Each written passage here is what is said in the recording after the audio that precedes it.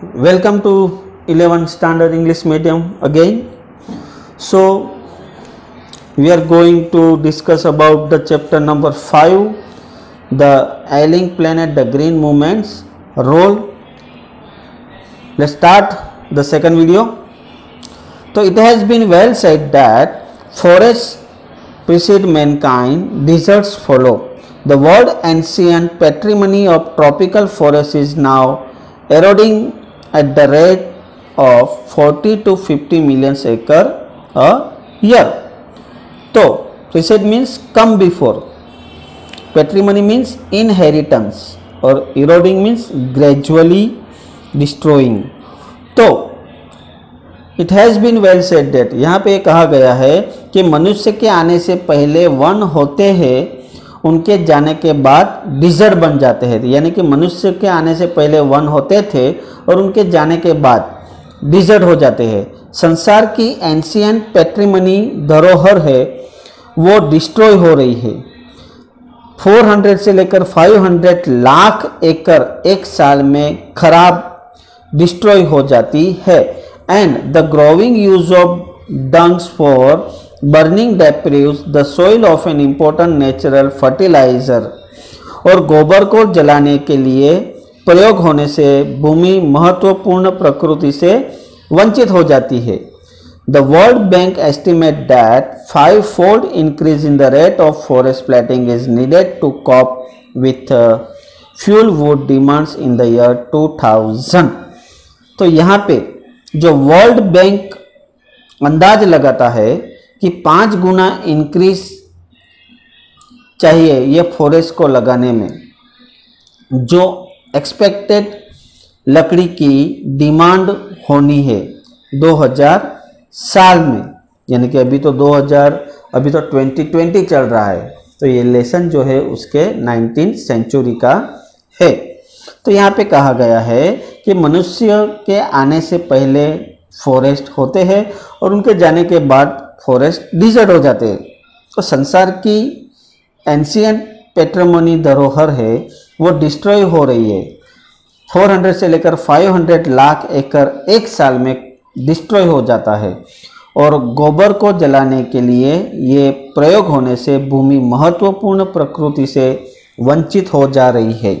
World bank अंदाज लगाता है कि 5 गुना इंक्रीज चाहिए ये फॉरेस्ट को लगाने में, जो एक्सपेक्टेड लकड़ी की डिमांड होनी है 2000 साल में. James Speth, the president of the World Resources Institute, said the other day we were saying that we are losing the forest at an acre a second, but it is much closer to an acre a half to a second. तो James Speth जो World resource institute के जो president है, उन्होंने कहा था कि we are saying that, हम ये कह रहे हैं कि we are losing the forest, हम जो फॉरेस्ट है उनको हम अभी फॉरेस्ट जो है वो कम हो रहा है. एन एकड़ अ सेकंड, एक सेकंड के अंदर जो फॉरेस्ट है वो गायब हो रहा है, लेकिन हम सेकंड में 1.5 एकड़ फॉरेस्ट को खो देंगे. ये हाफ एकड़ जो है वो सेकंड में हम खो देंगे. Article 48A of the Constitution of India provides that the state shall endeavor to protect and improve the environment and to safeguard the forest and the wildlife of the country. तो ये जो article है 48A में भारत के संविधान में, उसमें provide किया गया है कि सरकार एनवायरनमेंट को सुधारने का प्रयास करेगी. ये है ना कि देन के फॉरेस्ट एनिमल को प्रोटेक्ट करेगी. यानी कि सरकार जो है एनवायरनमेंट को सुधारने का प्रयास करेगी और फॉरेस्ट एनिमल को प्रोटेक्ट करेगी. बट जिस बात से ज़्यादा पेन होता है वो ये है कि भारत के कानून का न पालन होता है ना ही लागू किया जाता है. But the what cause endless and gives is the fact that the laws are never respected or nor enforced in India. कहने का मतलब ये है कि भारत के संविधान में 48A के आर्टिकल में ऐसा प्रोवाइड किया गया है कि सरकार एनवायरनमेंट को सुधारने का प्रयास करेगी और फॉरेस्ट में जो एनिमल है उनको प्रोटेक्ट करेगी। बट जिस बात से ज़्यादा पेन होता है वो ये है कि भारत के कानून का ना कोई पालन होता है ना ही लागू किया जाता है। For example the constitution says that the casteism, untouchability, bounded labour shall be abolished, but they flourish shamelessly even after 44 years of the operation of the Constitution। तो यहाँ पे जैसे कि कॉन्स्टिट्यूशन में कहा गया है कि ये जो कास्टिज्म है, जो जात पात है, अनटचेबिलिटी जो है, बॉन्डेड लेबर है, बंधुआ मजदूरी है, वो समाप्त की जाएगी। परंतु संविधान के लागू होने पर 44 इयर्स बाद भी ये लज्जाजनक ढंग से ये फल फूल रहा है।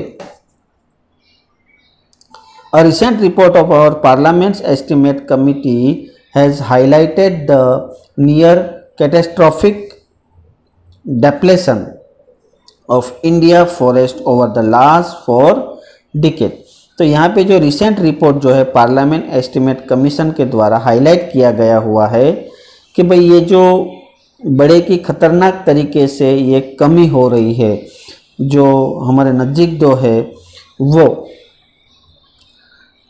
ये खतरनाक तरीके से बहुत ही कमी हो रहा है इंडिया के जंगलों में पिछले 40 सालों से। इंडिया के जंगलों में पिछले 40 सालों से बहुत ही ये खतरनाक कमी हो रही है। According to reliable data, is losing its forest at rate of 3.7 million acres in a year. Large areas officially designated a forest land are already virtually treeless. The actual loss of forest is estimated to be about 8 times the rate indicated by the government statistic। तो India अपने जंगलों को 3.7 million एकड़ खो देता है एक साल में। लार्ज एरिया जिनको ऑफिशियली घोषित किया गया है वो बिल्कुल ट्रीलेस है, ट्रीलेस हो चुका है। असली नुकसान जंगलों का वो 8 गुना ज़्यादा है जितना कि हमें बताया गया है। गवर्नमेंट में ये आंकड़ों के द्वारा जो हमें बताया गया है उससे 8 गुना ज़्यादा जंगल का नुकसान हो रहा है।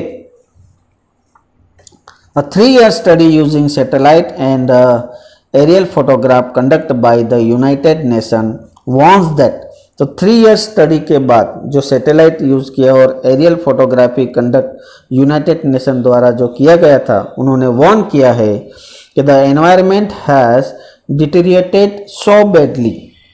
एनवायरनमेंट जो है वो बहुत ही खराब हो रहा है, बहुत ही बुरी तरह से खराब हो रहा है, बैडली वर्ड्स हो रहा है। That it is critical in many of the 88 countries investigated. ये जो है वो ये बहुत ही क्रिटिकल मैटर है, सीरियस मैटर है। In the many of 88 countries investigated, जो 88 कंट्री ने ये इन्वेस्टिगेटेड किया है कि जो हमारा एनवायरनमेंट है वो बहुत ही बुरी तरह से बर्बाद हो रहा है और ये बहुत ही सीरियस मैटर है जो एग्जामिन किया गया है।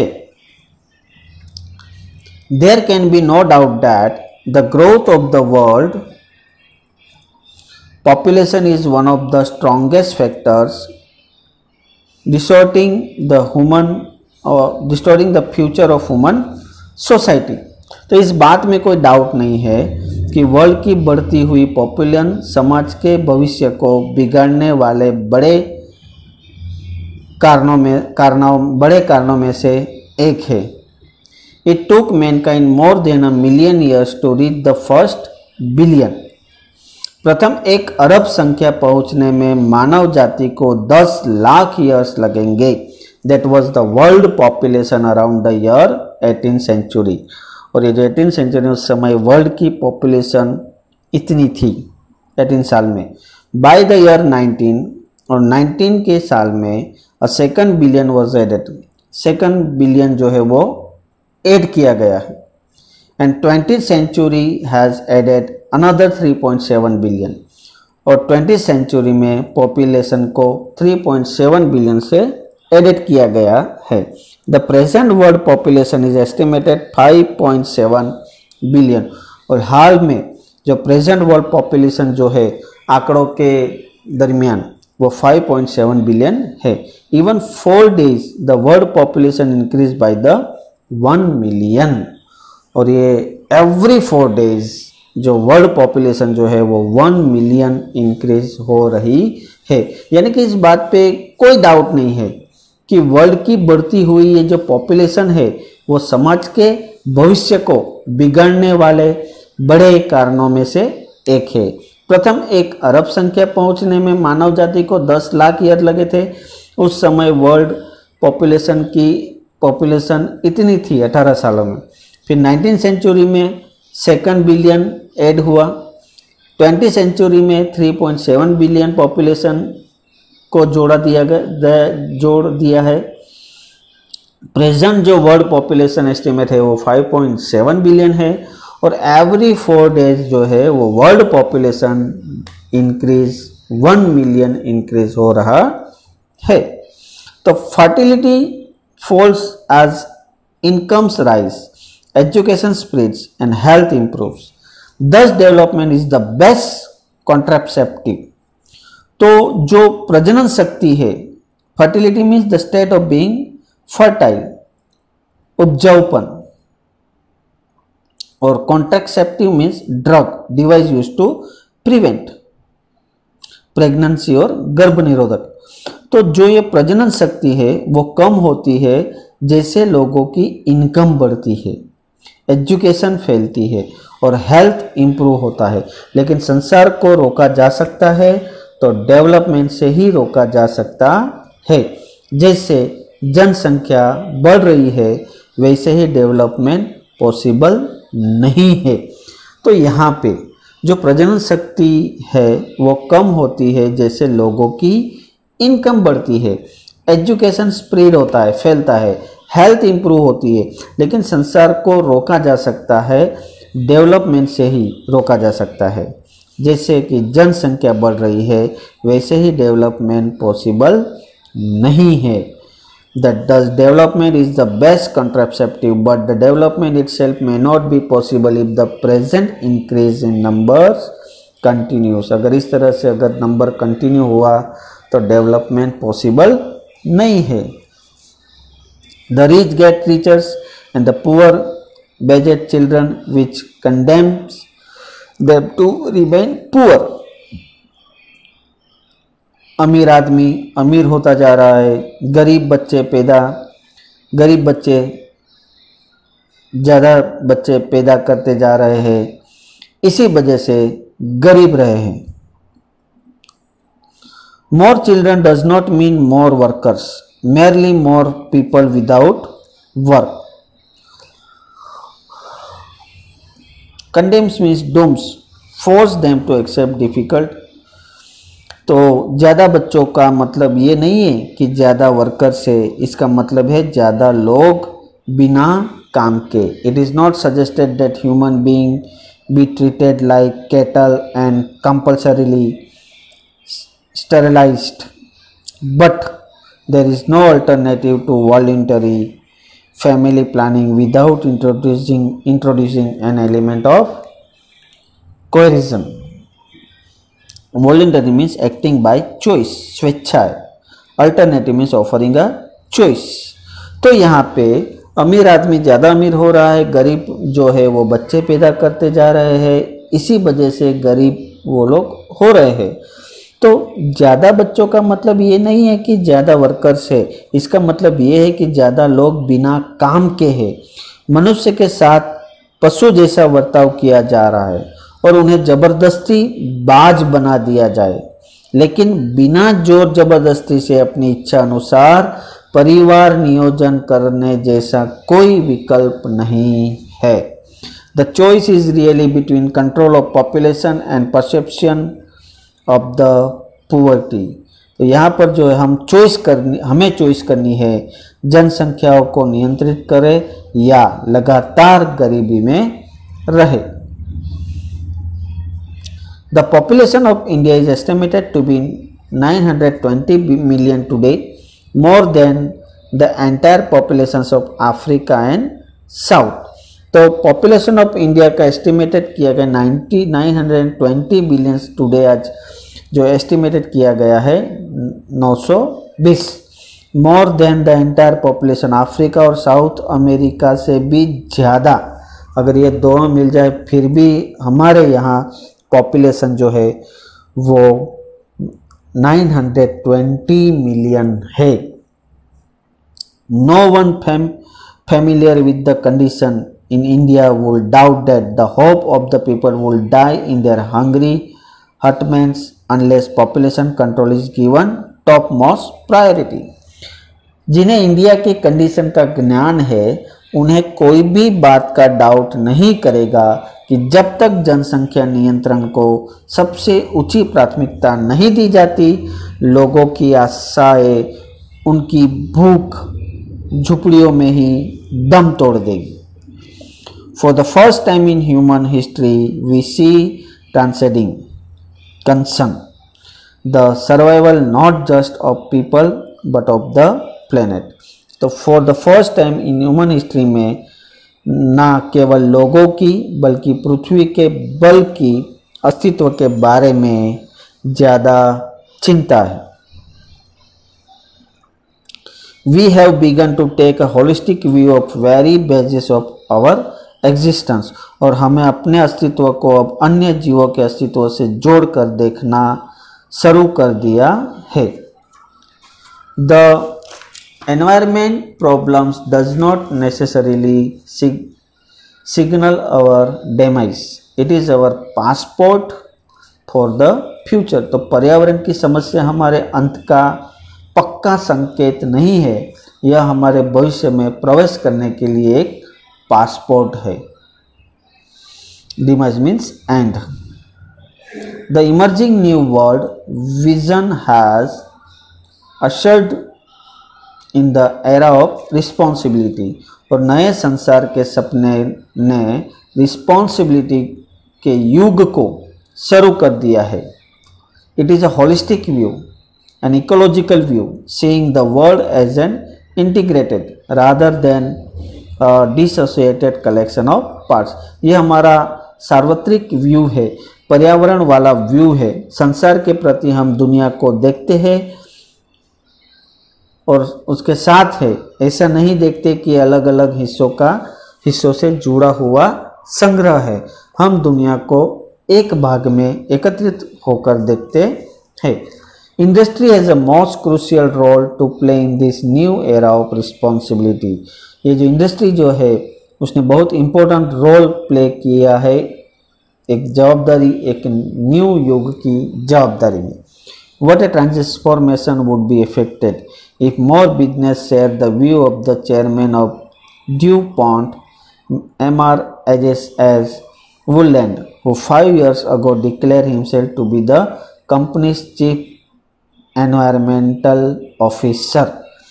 तो यहाँ पे what A transformation would be affected, क्या जो चेंज जो है वो असर करेगा अगर if more business share a view of chairman of Dupont जो चेयरमैन है उसने जो बिजनेस का जो शेयर किया है उसका व्यू, मिस्टर एजस आज वुडन जो है हु 5 years ago 5 साल पहले डिक्लेयर किया था किसको, companies of chief environmental officer को। He said our continue existence as a leading manufacturer requires that we excel in environmental performance. हमारा मनुष्य निर्माता के रूप में अस्तित्व तभी बना रहेगा जब हम पर्यावरण में भी बढ़ा चढ़ाकर दिखाते हैं।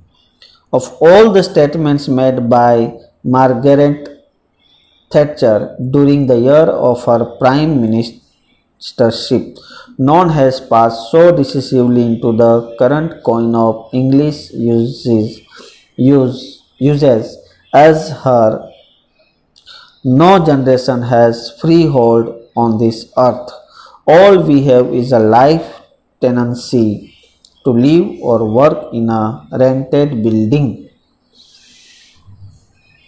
with a full repairing lease। तो मार्गरेट टैचर ने अपने प्राइम मिनिस्टर होने के दिनों में जितने भी स्टेटमेंट दिए उनमें से कोई भी इंग्लिश लैंग्वेज में इतना फेमस नहीं हुआ जितना कि उसके मज़ेदार शब्द किसी भी जनरेशन के पास मालिकाना हक इस धरती पर नहीं है। हम एक किराएदार की लाइफ जीते हैं, किराएदार के रूप में इसे ठीक रखना है। In the words of Mr. Lester Brown, we have not inherited this earth from our forefathers, we have borrowed it from our children। हमने इस धरती को पूर्वजों से विरासत में प्राप्त नहीं किया बल्कि अपने चिल्ड्रन से उधार ले रखा है। मतलब है कि धरती अपने चिल्ड्रन के लिए अनामत के रूप में है, उसे हमें सलामत रखना चाहिए। तो ये लेसन बहुत ही डिफ़िकल्ट है, लेकिन फिर भी आशा रखता हूँ कि आपको ये समझ में आ गया होगा। Thank you.